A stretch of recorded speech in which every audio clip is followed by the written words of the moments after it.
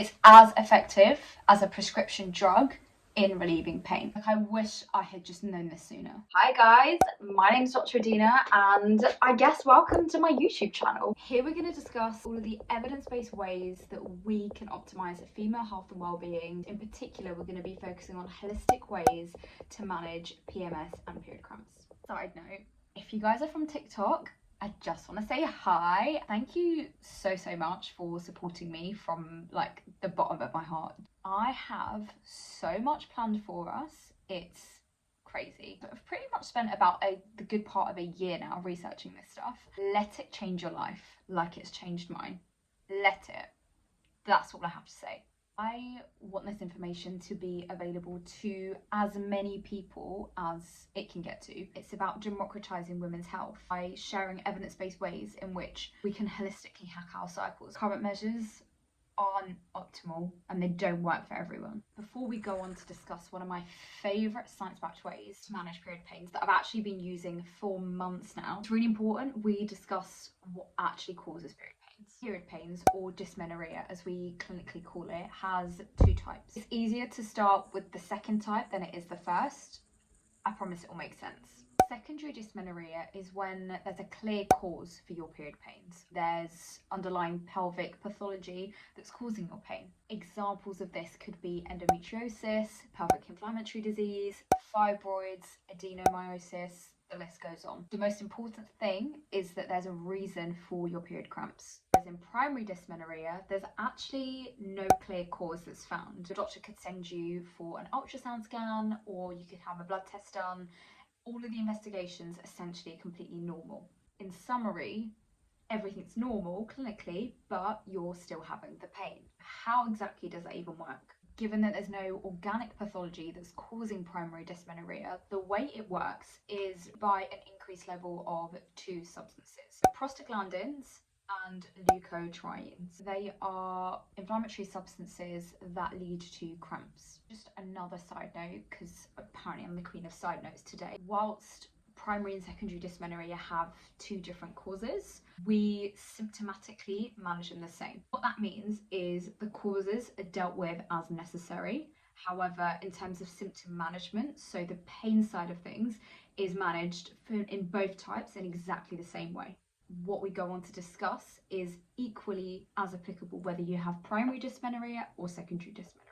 So now that we've established that it's actually prostaglandins and leukotrienes that are most likely causing our period cramps, we need to find a treatment that actually inhibits the action of both. Alongside many of you guys, I have been prescribed mefenamic acid, naproxen, I've taken ibuprofen. That group of drugs, which are called NSAIDs, they work exactly by reducing prostaglandin levels and leukotriene levels, and that in turn reduces cramps. It can be quite effective. In my personal case, initially mefenamic acid was quite helpful, naproxen also, and then after a couple of cycles, again in so much pain despite taking those medications, and I also got a lot of the side effects. It's important to bear in mind that a lot of these medications are not side effect free. I was getting quite bad gastritis. I definitely irritated the lining of my stomach. Mefenamic acid, naproxen, ibuprofen are all sister drugs. I would take ibuprofen for headaches anyway outside of my specific period pains, and I was just very conscious of how much I was taking. I was sick of these side effects. My pain was now refractory to all of the medication that I was taking. I really had no other option but to delve back into the literature and find holistic ways that were grounded in evidence to help me heal my period pains. So the first ingredient we'll be covering in this series is ginger, also known as Ginger's actually been shown to be very effective in managing period cramps. Given the volume of studies, that to me shows that this is actually an evidence-based ingredient that we can well incorporate in managing period cramps. As an added bonus, it's also been shown to help with nausea and particular headaches also if you suffer like me. So in terms of the actual compound, it's the gingerol and the shogol in ginger that are anti-inflammatory and analgesic, meaning that they have pain relief properties. It's literally exactly what we want. Specifically, guys, they inhibit the prostaglandins that we spoke about, and as well as this, they also inhibit the leukotrienes, both of the compounds that cause period cramps. So it's through this mechanism of action that so many of the participants in all of these studies achieved pain relief. Guys, 2 trials I really want to bring your attention to concluded that ginger was as effective as methylamic acid. Can we just let that sink in?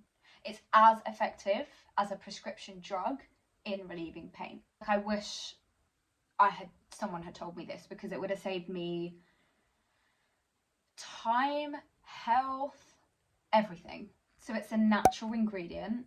It's ridiculously amazing for pain relief as well as other benefits. It has a really, really good scientific basis for its use, and it's free of side effects, unlike the other medications that were commonly prescribed. Do we see why I think this is high key amazing and needs to go viral and everyone needs to know about it? Imagine this is just the first of many.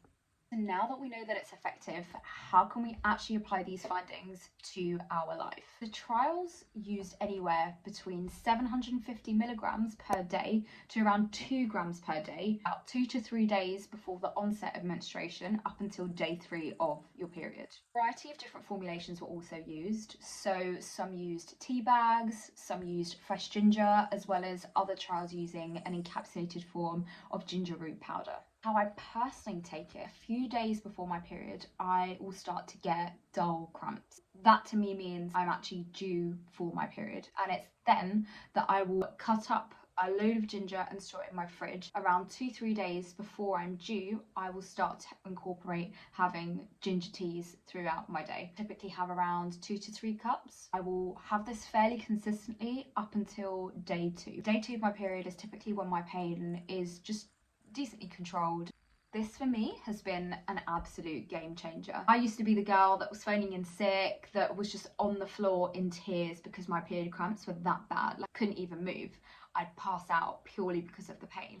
Now I can actually have a functional day. For me, that's absolutely priceless. Loads of other things as well that I have done in terms of lifestyle changes, supplements, loads of other things that we will cover. This is definitely a noteworthy ingredient that I have found to be very, very helpful for period cramps. So ginger is typically safe. I mean, we tend to use it in cooking. However, it does have an upper limit, so it's important not to exceed that. Secondly, if you do have any medical conditions, especially if you're on blood thinners, if you're on any anti-diabetic medication, it's important definitely to speak to your doctor about seeing if it's the right thing for you. Guys, too much pain is not normal, and if you do feel like that's you, I would highly suggest that you go and speak to your doctor about it to try and look into any causes for why this can be. I really hope that you guys found that useful. My aim really is to make this channel a resource for you guys. So let me know how you guys get on. Now that we've spoken about ginger, try and incorporate it in your menstrual cycle. Let me know how you guys get on with it. Did it work for you? Didn't it work for you? I would love to know. Just what else you would like to see. Like I said, this is a resource. This is to empower us with our health. I think there's so many great podcasts and channels out there that are for men's health and just general optimization, and I would love for this to become the female version. Let me know what you guys think. I would love to share more.